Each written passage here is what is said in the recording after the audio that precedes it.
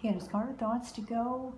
Again, reading from my utopian novel, We Save the World, in an English free version. This time, part 11, The Plane.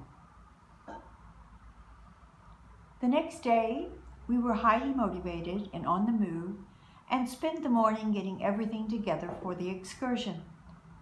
Each of us had their fair load to carry, and Matthias willingly took the rest on his back. Little Marie, however, was inconsolable and could not accept being separated from her best friend Matthias. She wrapped her arms around his neck, her tears moistening his soft fur. Matthias was very confused and at a loss to know where his loyalties lay. Herbert gently loosened Marie's grip on Matthias and carried her to Anton, who was already at his lookout on the beach.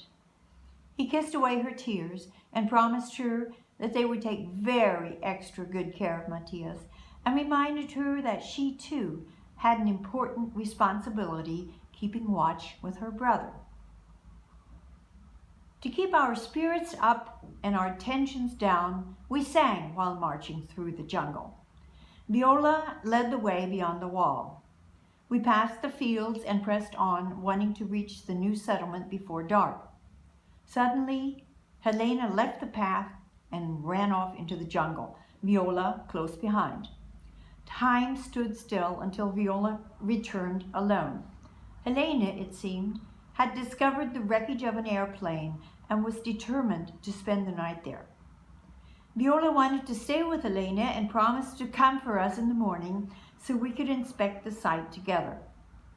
Sophia said we needed to be in contact, so Elise and Toots should also stay along with Timmy for protection. Our group then continued on to the village and were lucky enough to find a refuge in a house with an intact roof. Dirk and Sophia took over the night watch, but out of precaution, no fire was lit. We younger ones cuddled up with Matthias and slept soundly till morning. At dawn, Helena, Viola, Alice, Toots and Timmy came to the camp. They all looked exhausted, and Elise explained that sleep had been impossible due to a loud peeping noise coming from the cockpit, but Helena had been adamant about no one entering the plane. Reaching the site, Dirk walked slowly around the wreckage. He then informed us the plane was a vintage model built long before our time. We younger ones didn't care one bit how old.